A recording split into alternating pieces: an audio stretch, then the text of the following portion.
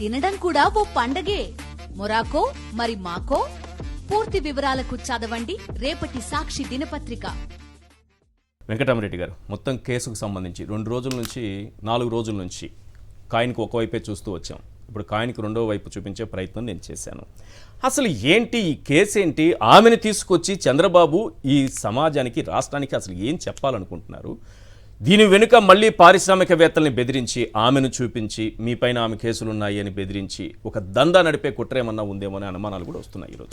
మనందరం గమనించాల్సింది ఏంటంటే సార్, ధనవంతులు, పారిశ్రామికవేత్తలు వీళ్ళంతా కూడా వాళ్ళ అంటే రెస్ట్ పాయింట్గా దుబాయ్కో, గోవాకో, ఎక్కడికో వెళ్తూ ఉంటారు.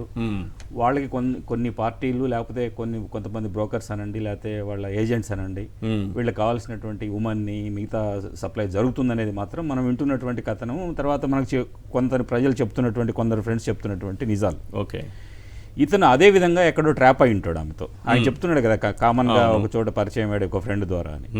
ఆ తర్వాత ఇవన్నీ కూడా ఈ మందు మార్బలాలు, తర్వాత ఈ ఫిజికల్ కాంటాక్ట్స్ ఇవన్నీ ఉన్నప్పుడు వీళ్ళు ఆదమర్చి ఉన్నప్పుడు ఏదో కొన్ని ఫోటోలు అవి తీసుకొని బెదిరించడము.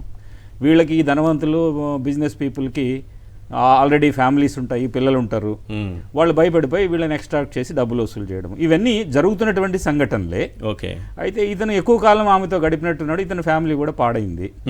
సో దీనిపైన అతను కేసు పెట్టి ఉండొచ్చు, పెట్టిన దానిపైన జరుగుతుంది. ఇప్పుడు సహజంగా మనం ప్రీవియస్ గవర్నమెంట్కి ఈ గవర్నమెంట్ని మనం తీసుకుంటే ఆ 2 ప్రభుత్వాల మధ్యలో, ఆ 2 పార్టీల మధ్యలో ఉన్నటువంటి గొడవలో ఇక్కడ ఉన్నటువంటి పెద్దల్ని లాగడం కోసం ప్రయత్నం చేస్తున్నారు అనేది ఒకటి నిజమెరిగినటువంటి సత్యం. తర్వాత ఆరోగ్యకరమైన జర్నలిజం ఏంటి? మీ పైన ఏదైనా ఒక ఆరోపణ వచ్చినప్పుడు, మీ పైన ఏదైనా ఒక ఈ విధంగా ఏదో ఒక న్యూస్ వచ్చినప్పుడు మీకు కూడా కాల్ చేసి మీ అభిప్రాయం కూడా తీసుకోవాలి. తీసుకొని అది ప్రచారం చేసిన వెంటనే దీన్ని కూడా ప్రచారం చేయాలి. ఇది ఆరోగ్యకరమైన జర్నలిజం. మనం పాతకాలం నుంచి పెద్ద వాళ్ళని, ఏబీకే ప్రసాద్ నుంచి, అంతకుముందు వాళ్ళ దగ్గర నుంచి మనం చూసాం.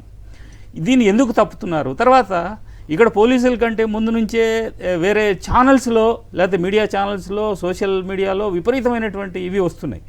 అసలు దీంట్లో నిందితులు ఎవరు, పిటిషనర్ ఎవరు కంప్లైంట్ ఇచ్చారు, ఇవన్నీ కూడా రాకుండా ఎవరైతే కంప్లైంట్ ఇచ్చారో వాళ్ళనే మళ్ళీ నిందితులుగా చేర్చడం అనేది ఇది కొత్త సాంప్రదాయం కింద ఇలా తీసుకొచ్చారు. ఏం సాధించాలనుకుంటున్నారు? దీంట్లో ఏం లేదు, అపోనెంట్స్ పైన. ఇప్పుడు నేను మిమ్మల్ని కొట్టాలన్నప్పుడు మీ పక్కన ఉన్నవాడిని కొట్టాలి. ఈయన ఒక బిజినెస్ మెన్. ఈ విధంగా చేస్తూ పోతే ఆల్రెడీ ఇప్పటికే చాలా సంస్థల దగ్గర, చాలా కంపెనీల దగ్గరికి వెళ్ళిపోయి దందాలు మొదలు పెట్టేసి వాళ్ళ దగ్గర బెదిరింపులు, కమిషన్లు ఇవి లాక్కుంటున్నారు. ఇప్పుడు రేపు పారిశ్రామికవేత్తల్ని ఈమెను చూపించి కేసు పెట్టిందనో, పెడుతుందనో, రేపు ఇంకో దందా మొదలు పెట్టే ప్రమాదం లేదా?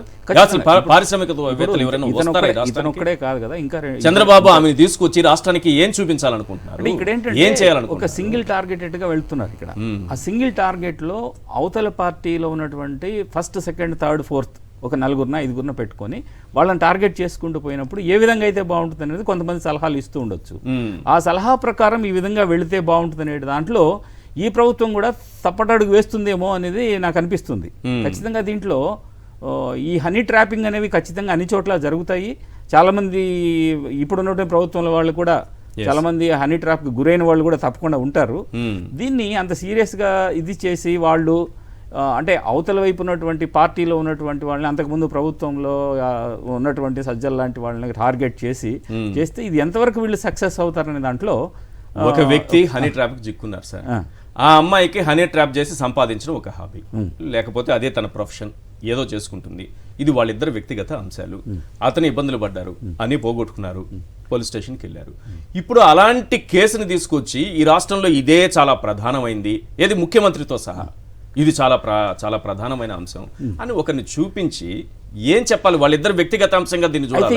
ఇది రాష్ట్ర సమస్య ఇదేమన్నా? ఇప్పుడు దీంట్లో ప్రధానంగా ఇబ్బంది పడుతున్నది ఏమిటి? కుక్కల విద్యాసాగర్ అనే అతను కదా, అతనికి కూడా లీగల్ అడ్వైజర్స్, అతను కూడా ఒక పారిశ్రామికవేత్త అంటున్నారు. కాబట్టి ఇప్పుడు అంతకు ముందు ఉన్నటువంటి గవర్నమెంట్లో పోలీసు వారు ఎంక్వైరీ చేశారు.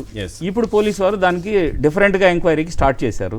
దేర్ఫోర్ ఎక్కడో ఏదో ఒకటి బలమైనటి ఒకటి పనిచేస్తుంది అంతర్గతంగా. దేర్ఫోర్ ఈ కేసుని నేను నిరపరాధిని, ఈ కేసుని వేరే గవర్నమెంట్తో కానీ లేకపోతే సిబిఐతో ఎంక్వైరీ చేయించడం అని చెప్పేసి హీ కెన్ అప్రోచ్ హైకోర్టు. హైకోర్టును అప్రోచ్ చేయొచ్చు ఆయన, సిబిఐతో ఎంక్వైరీ చేయించండి అని. ఓకే. ఇలాగే ఇటువంటి ప్రముఖ విద్యావేత్తలు, ప్రముఖమైనటువంటి పారిశ్రామికవేత్తలు ఉన్నారు కాబట్టి వీళ్ళందరిలో కూడా కనీసం ఒకరో ఇద్దరు బయటకు వచ్చి కాంప్రమైజ్ అయిపోయి ఎంతో కొంత సమర్పించుకుని ఉంటారు. సమర్పిస్తానంటే సో వీళ్ళేదో దీంట్లో సమర్పించుకొని అట్లీస్ట్ ఇప్పుడు సెంట్రల్ గవర్నమెంట్ని అప్రోచ్ చేసి, సెంట్రల్ హోమ్ మినిస్ట్రీని అప్రోచ్ చేసి ఈ విధంగా జరుగుతుంది, మేము అన్యాయం పోతున్నాము. ఈవెన్ సజ్జల రామకృష్ణారెడ్డి గారు కూడా అప్రోచ్ కావచ్చు, తప్పేముంది? ఇప్పుడు ఆయన పరువు నష్టం దావాతో పాటుగా Yes. నేను నిర్దోషిని, వీళ్ళందరూ నన్ను కక్ష సాధింపు చర్యలో భాగంగా చేస్తున్నారు, దీనిపైన సిబిఐ ఎంక్వైరీ చేయండి, ఐఎమ్ రెడీ ఫర్ ఇట్ అని చెప్పి సజ్జల గారు కూడా ఒక స్టేట్మెంట్ ఇస్తే బాగుంటుందని నేను అనుకుంటున్నాను.